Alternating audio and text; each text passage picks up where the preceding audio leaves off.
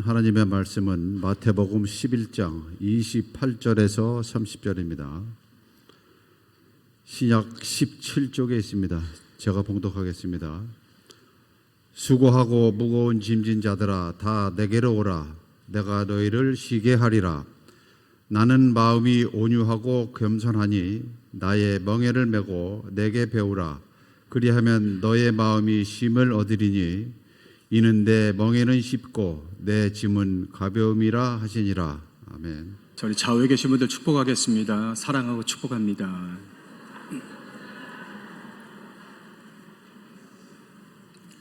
요즘 휴가 시즌이다 보니까 휴가 가시는 분들이 많이 있습니다.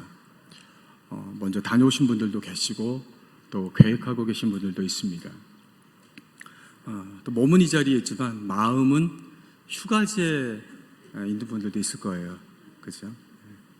끝없이 펼쳐진 모래사장에 파도가 넘실거리고 시원한 바람에 야자수 나무가 흔들리는 상상을 하면서 빨리 가고 싶다. 아마 그렇게 생각하는 분들도 있을 겁니다. 예전에는 휴가하면 한 3일, 4일 이렇게 다녀왔는데 요즘은 한 달씩 가는 분들도 있습니다. 또 어떤 분들은 1년 이상 이렇게 한 곳에서 아니면 여러 곳을 돌아다니면서 휴가를 가는 분들이 있어요. 왜 그러냐면 휴가를 가서 좀 쉬고 싶은데 며칠 가서는 이게 쉬는 것 같지가 않은 거죠. 그래서 한 달씩 아니면 1년 이상 쉬면서 좀 제대로 쉬고 싶다는 거예요. 그럼 현대인들이 왜 이렇게 쉬고 싶어 합니까? 우리 28절 말씀 같이 보겠습니다. 자, 같이 읽겠습니다. 시작. 수고하고 무거운 짐진 자들아 다 내게로 오라. 내가 너희를 쉬게 하리라. 왜 우리가 쉬고 싶어 합니까? 그것은 첫 번째로 수고하고 있기 때문에 그래요. 이게 수고라는 단어는 헬라어로 코피아노라고 합니다. 이 말의 뜻은 많은 일을 끊임없이 하여 피곤하고 지친 상태를 말합니다. 그러니까 우리의 인생이 피곤한 게 일을 많이 한다는 거죠. 그러니까 좀 쉬고 싶고 그런 겁니다. 이 예수님 시대의 유대인들은 주로 농사나 유목민들이었습니다. 가난한 사람들이었죠. 겨우겨우 먹고 살았는데 거기에 로마로부터 지배를 받고 있었습니다. 그러니까 우리나라가 일본의 식민지하에 있었던 것처럼 이 이스라엘도 로마의 지배를 받고 있었어요. 그러다 보니까 먹고 사는 것도 힘든데 거기에다가 과도한 세금을 내야 되는 거죠. 그런데 중간에 삭교 같은 사람들이 그 세금을 또 이렇게 착취하는 또 그런 사람들이 있으니까 너무 힘든 거예요. 먹고 사는 것도 힘든데 세금까지 내야 되다 보니까 정신없이 일해도 남는 게 없는 겁니다. 2017년도 OECD 국가들 연평균 노동시간을 보면 OECD에 가입해 있는 그 국가들의 평균 노동시간이 1746시간입니다. 그런데 우리나라 노동시간을 보면 2024시간. 그래서 2위입니다. 1위 제일 많이 노동하는 나라가 멕시코 2258시간을 노동을 하고 있어요. 가까이 있는 일본은 1710시간 17위 이렇게 되어 있습니다. 그러니까 우리나라 국민들이 다른 나라에 비해서 일을 많이 하고 있다는 거죠. 반면에 일은 많이 하는데 임금은 다른 나라에 비해서 현저하게 낮게 받고 있습니다. 그러니까 34개국 중에서 23위에 불과합니다. 그러니까 저는 고등학교를 공업고등학교를 다녔습니다. 그래서 고3 2학기 때 이제 다른 동기들하고 같이 취업을 나갔죠. 그 일을 이제 직장 생활을 했는데 참 일을 많이 했어요. 보면 그래서 이제 기숙사에서 생활하면서 아침 8시까지 출근해서 그 전에 이제 식사하고 8시부터 밤 10시, 11시까지 그렇게 일을 했습니다. 주 5일 근무가 없는 건 당연하고 그 당시에는 주일날도 일할 때가 많았어요. 그러니까 그때는 남들도 다 그렇게 일을 많이 하는 줄 알았습니다. 그러니까 만약에 지금 그렇게 일하라고 하면 아마 이제 못할 거예요. 지금은 예전에 비해서 노동 환경도 좋아지고 노동 시간도 많이 단축되었습니다. 그럼에도 우리가 치열한 경쟁 사회 속에서 살다 보니까 어른은 어른대로 끊임없이 일해야 되고 아이들은 아이들대로 또 힘들게 살 수밖에 없어요. 거기에 세상이 각박해지다 보니까 몸만 피곤한 게 아니라 마음도 피곤하고 지쳐 있다는 거죠. 그래서 우리가 쉬고 싶은 겁니다. 두 번째로 우리가 왜 쉬고 싶습니까? 우리 28절 말씀 다시 한번 보시면 수고하고 무거운 짐진 자들아 그랬습니다. 그러니까 우리가 살면서 수고만 하는 게 아니라 무거운 짐을 지고 있다는 거예요. 이 무거운 짐이라는 단어는 헬라로 포르티조라고 합니다. 그러니까 외부에서 억지로 지게 하는 짐 이런 뜻이에요.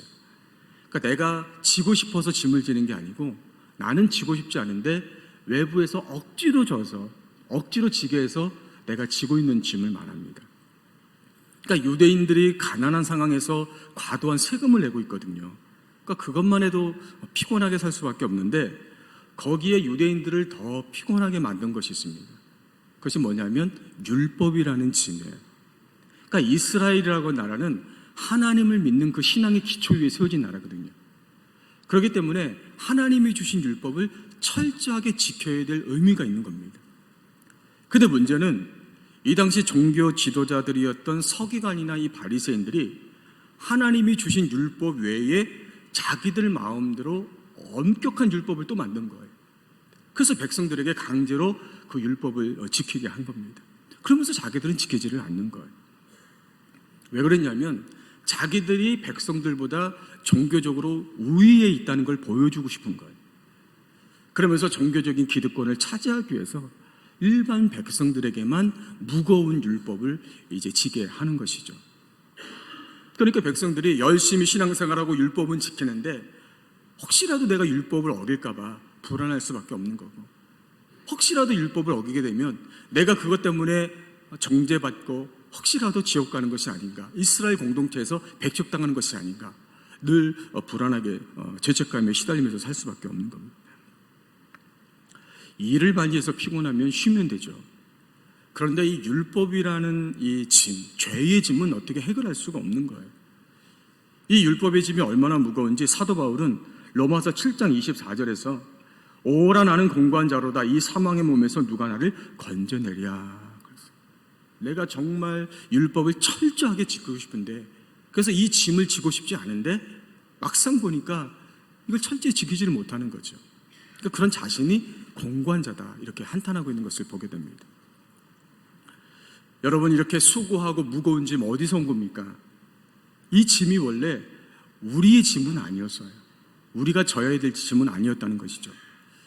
그런데 아담과 하와가 에덴 동산에서 하나님의 말씀에 불순종하고 선악과를 따먹으면서부터 인간에게 수고하고 무거운 짐이 들어오기 시작한 거예요.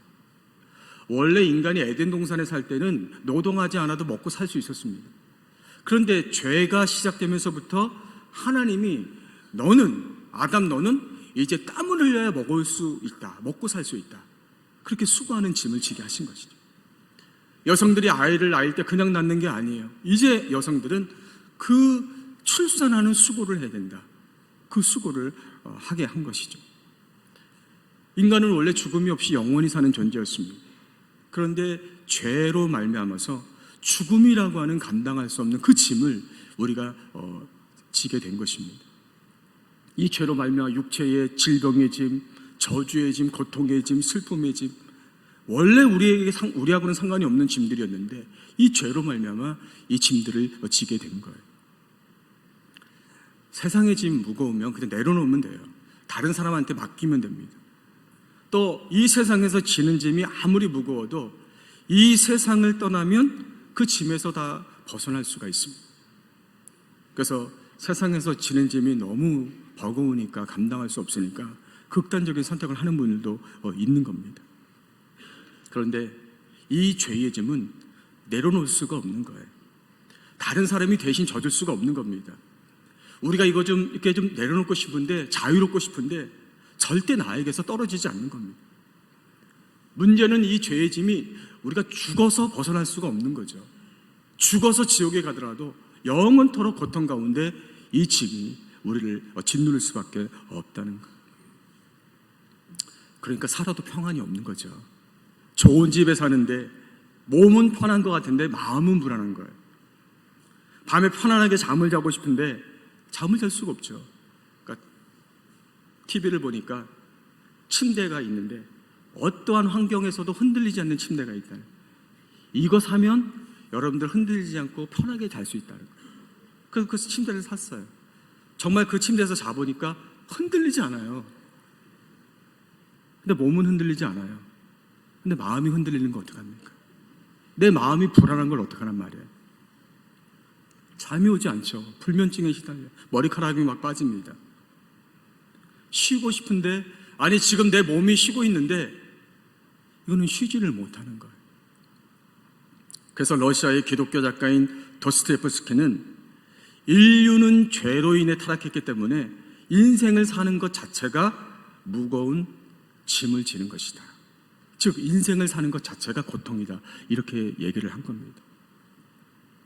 자, 그럼 이렇게 수고하고 무거운 짐 우리가 지고 있는데 이거 벗어버리고 쉼을 얻으려면 어떻게 되겠습니까? 우리 28절 다시 한번 보세요. 한 번 더 읽겠습니다. 자, 시작. 수고하고 무거운 짐진 자들아 다 내게로 오라. 내가 너희를 쉬게 하리라.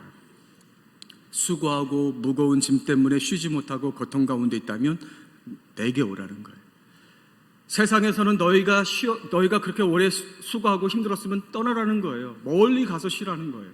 근데 예수님은 가라는 게 아니고 나에게 오라는 거예요. 나에게 오면 내가 너희를 쉬게 하겠다. 이렇게 말씀하십니다. 여기 쉬게 하리라 이 단어의 뜻은 헬라어로 아나파우오라고 하는데 젊음을 회복시켜준다. 기력이 쇠신한 사람에게 새로운 힘과 용기를 준다. 내일에 대한 삶의 소망을 준다. 이런 의미를 갖고 있어요. 그러니까 성경에서 예수님 만나고 쉼을 얻은 사람들이 몇 명 나와요. 요한복음 4장에 보면 사마리아 여인이 있었는데 이 여인은 인생에 대한 목마름이 있었어요. 남편이 5명이었고 지금 있는 남편도 남편이 아니었어요. 그런데 그가 영원한 생명수 대신 예수님을 만나고 나서 그 인생의 목마름이 해결된 거예요.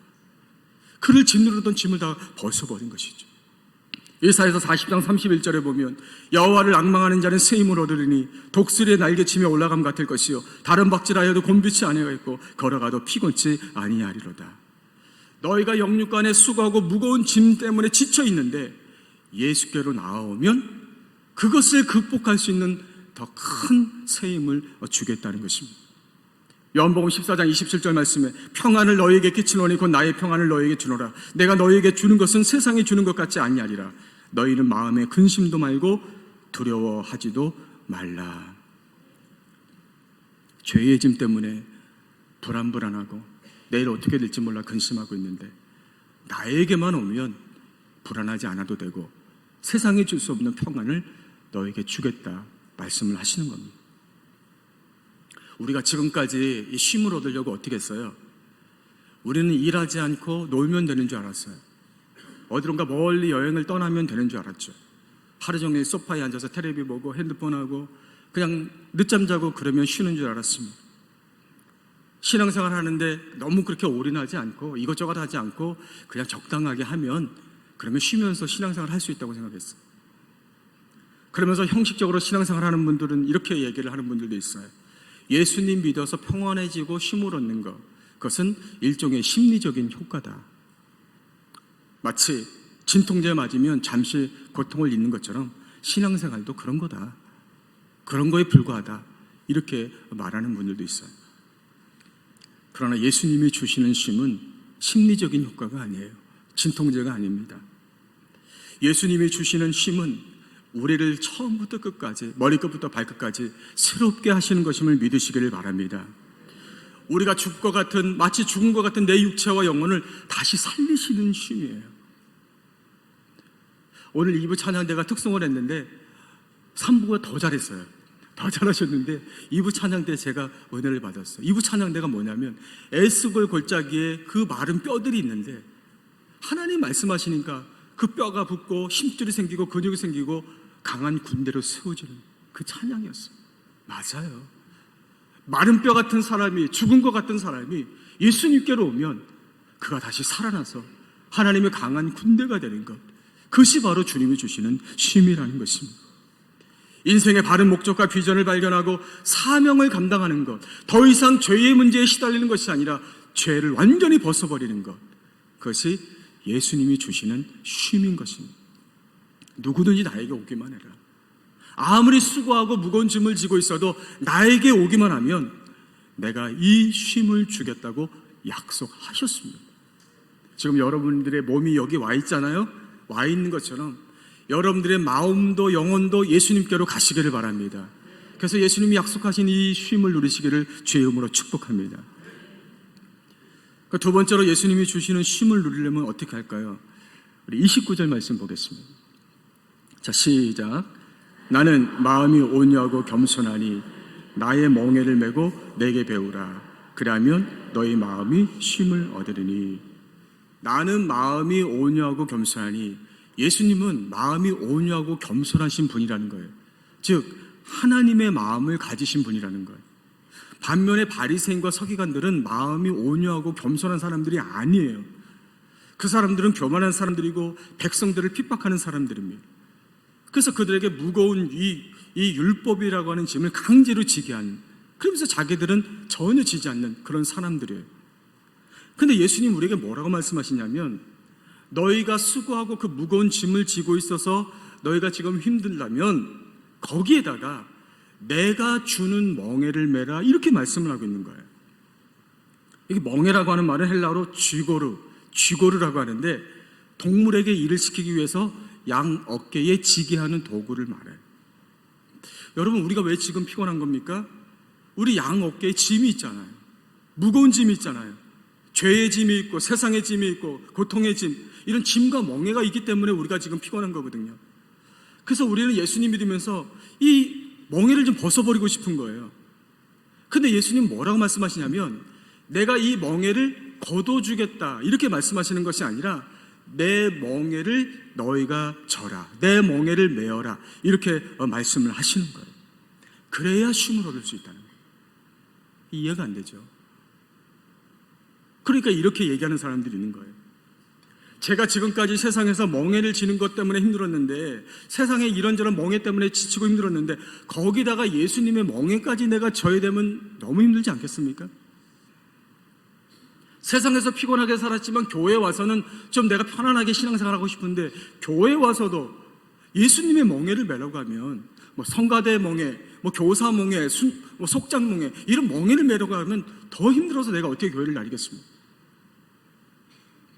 내가 그동안 이런저런 멍에 때문에 지쳐있으면 예수님이 저의 멍에를 벗겨주셔야지, 반대로 예수님의 멍에를 메라고 하시면 제가 어떻게 맬 수가 있겠습니까? 저는 너무 힘들어서 맬 수가 없습니다. 그런데 예수님은 나의 멍에를 메라, 그리하면 쉼을 얻으리라, 이렇게 말씀하세요. 왜 그렇습니까? 30절 보세요. 같이 있습니다. 시작. 이는 내 멍에는 쉽고 내 짐은 가벼움이라 하시니라. 세상이 주는 멍에는 무거워요. 마귀가 주는 멍에는 무겁습니다. 우리를 피곤하게 만들고 고통스럽게 만들어요. 근데 예수님이 주는 멍에는 쉽고 가볍다, 이렇게 말씀하세요. 세상에 쉬운 멍에가 어디 있고 가벼운 멍에가 어디 있겠어요? 예수님이 지신 멍에가 어떤 건지 여러분 아시죠? 예수님이 지신 멍에 쉬운 거 아니에요. 가벼운 거 아니에요. 예수님이 이 땅에 오셔서 오시기까지 먼저 순종의 멍에를 지셨어요. 죄인의 자리까지 낮아지는 겸손의 멍에 지셨어요. 십자가의 멍에 지셨어요. 나중에 죽음의 멍에를 지셨어요. 이 멍에가 쉬운 겁니까? 가벼운 겁니까? 이 멍에 예수님밖에 못 져요. 우리가 어떻게 이 멍에를 지겠어요? 근데 예수님 말씀하시기를 내 멍에를 져라, 이 멍에는 쉽고 가볍다, 이렇게 말씀하셨어요. 이 의미가 뭡니까 여러분? 내 멍에를 져라, 내 멍에는 쉽고 가볍다, 이 말씀의 의미는 내가 매는 이 멍에를 네가 지라는 게 아니에요. 내가 지금 너를 위해서 이 멍에를 지고 있는데 이 멍에가 바로 너의 멍에라는 것을 믿으라는 거예요. 내가 내 멍에를 지고 있는 것이 아니고 예수님이 예수님의 멍에를 지고 있는 게 아니에요. 예수님에게는 멍에라는 것이 없어요. 그런데 예수님이 이 많은 멍에를 지금 지고 계시는 이유가 바로 너의 멍에, 네가 져야 될 멍에, 네가 지고 죽어야 될 멍에, 그 멍에를 내가 지고 있다. 그걸 네가 믿으라는 거예요. 네가 믿으면 그 모든 멍에로부터 네가 자유하게 되고 쉼을 얻게 된다는 거예요. 그러니까 우리가 예수님의 멍에를 맨다는 것은 정말 예수님의 멍에를 매는 게 아니고 내가 매야 될 그 멍에를 예수님이 대신 메고 계시다는 것을 믿는 것, 그것이 예수님의 멍에를 매는 거예요. 그러니까 쉽고 가볍죠. 내가 매는 게 아니고 예수님이 매시니까 나는 무거운 게 아니죠. 가벼운 거죠. 이게 복음의 은혜라는 것입니다. 여러분이 이거 내가 매는 게 당연합니다. 이거 제가 매야죠. 이건 저밖에 맬 수가 없습니다. 아니 꼭 제가 매야 됩니다.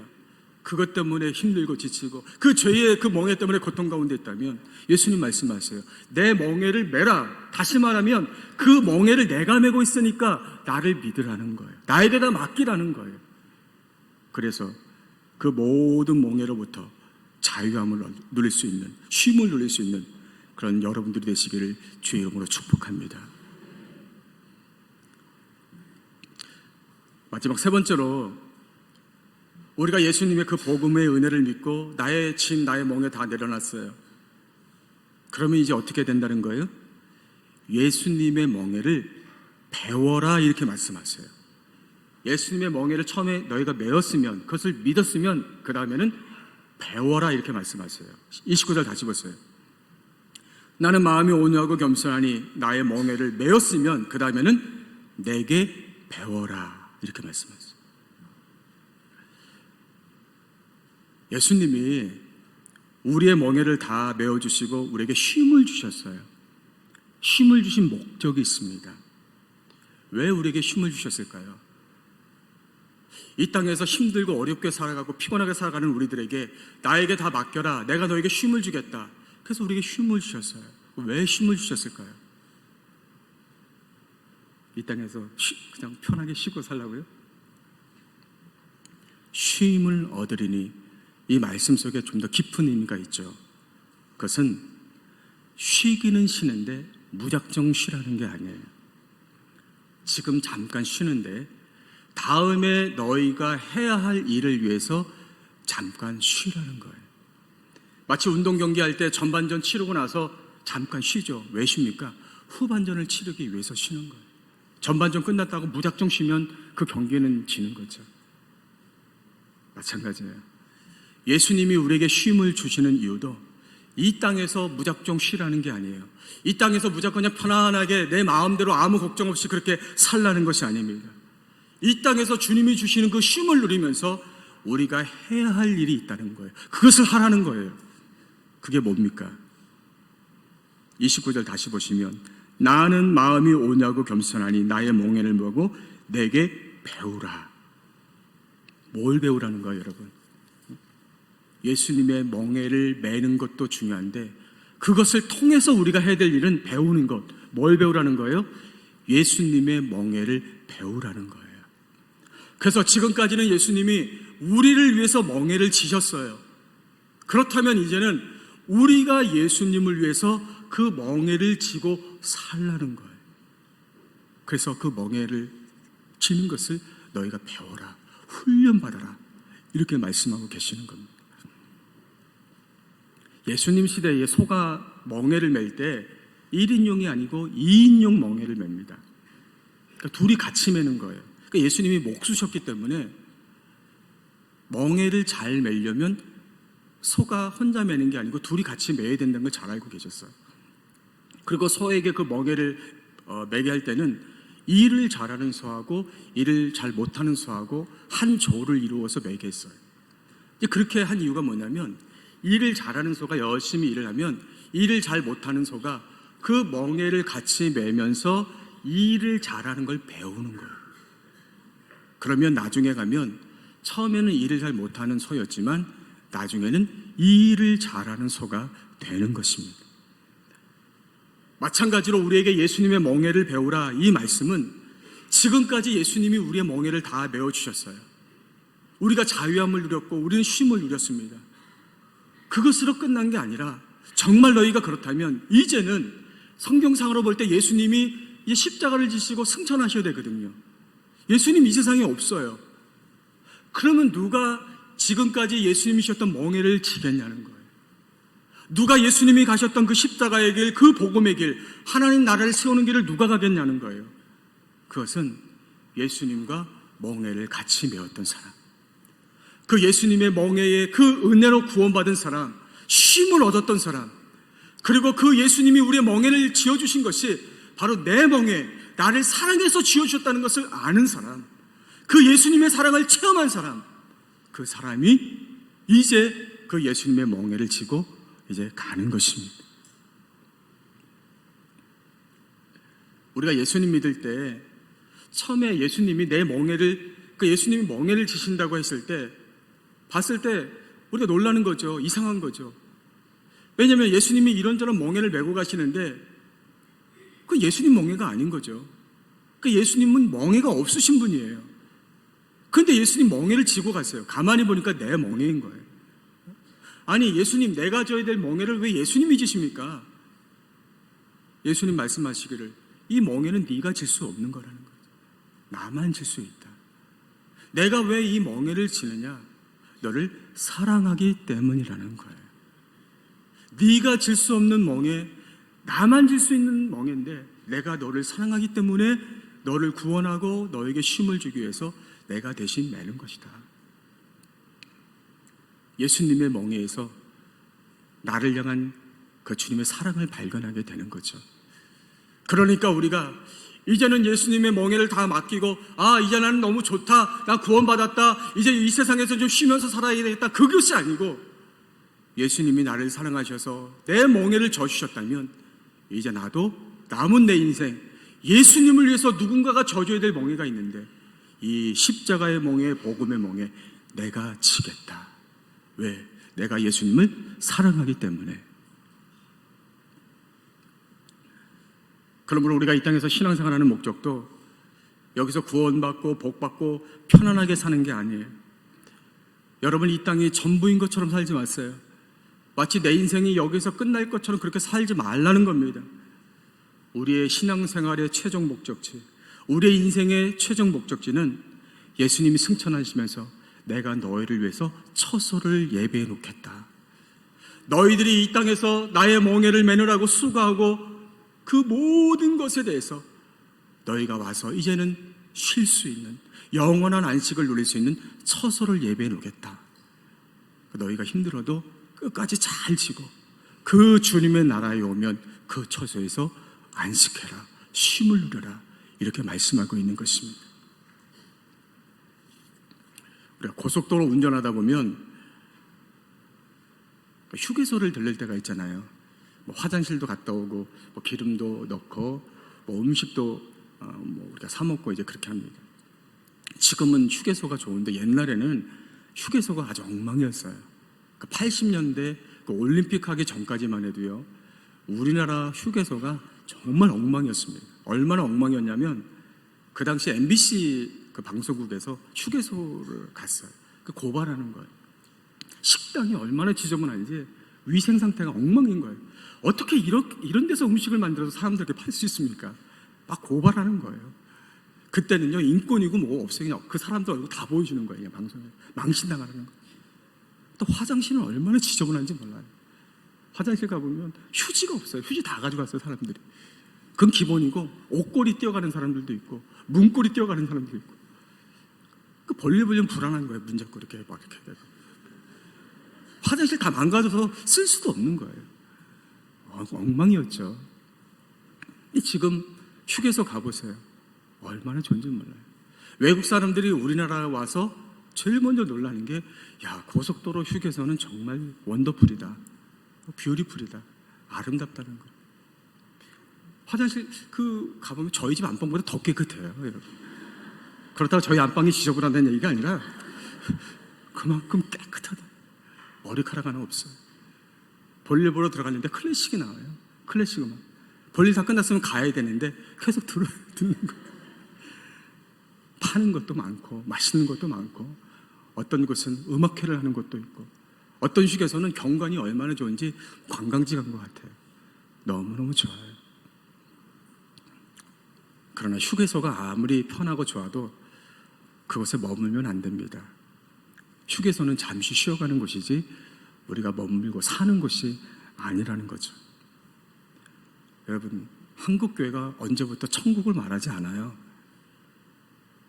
우리의 인생의 최종 목적지, 우리가 이 땅에서 믿음의 삶을 살고 십자가의 길, 복음의 길, 사명의 길을 가다가 결국 우리가 가서 영원한 안식, 영원한 쉼을 누릴 것은 천국이거든요.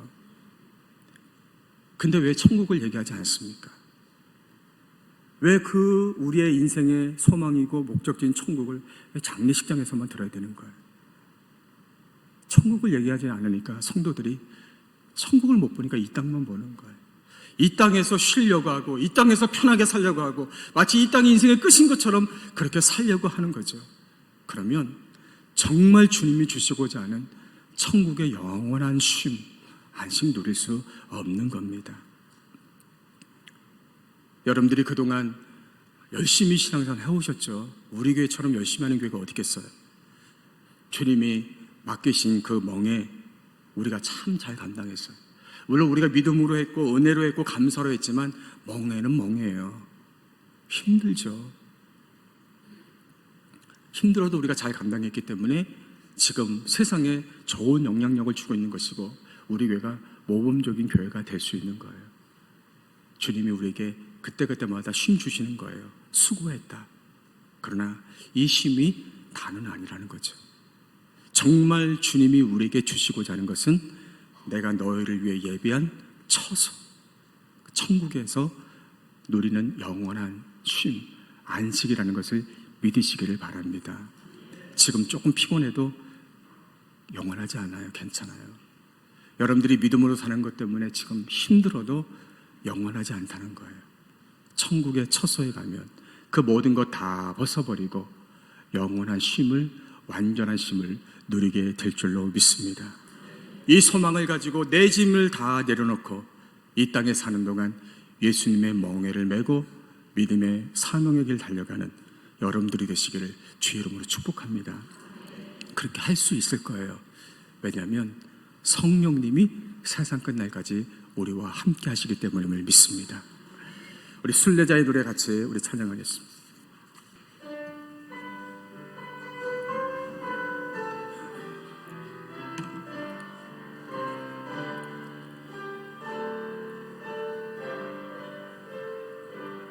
저 멀리 뵈는 나의 시온산 거룩한 곳 아버지지 내 사모하는 집에 가고자 한밤을 새웠네 저 망망한 바다 위에 이 몸이 상할지라도 오늘은 이고 내일은 저고 주복은 전하리 아득한 나의 갈 길 아득한 나의 길 가가고 저 동산에서 편히 쉴 때 내 고생하는 모든 일들을 주께서 하시리 빈들이나 사막에서 이 몸이 통할지라도 오늘 주 예수 날 사랑하사 날 지켜주시리 살아계신 예수님 주님께서 우리의 멍에를 대신 져주심으로 우리가 구원을 받고 쉼을 누리게 하심을 감사드립니다. 이제 우리가 그 주님의 사랑을 알았사오니 이 땅에 사는 동안 천국의 그 영원한 그 완전한 안식을 바라보며 주님이 주셨던 멍에를 지고 가는 저희들이 되도록 축복해 주시옵소서. 예수 그리스도 이름으로 간절히 기도하옵나이다. 아멘.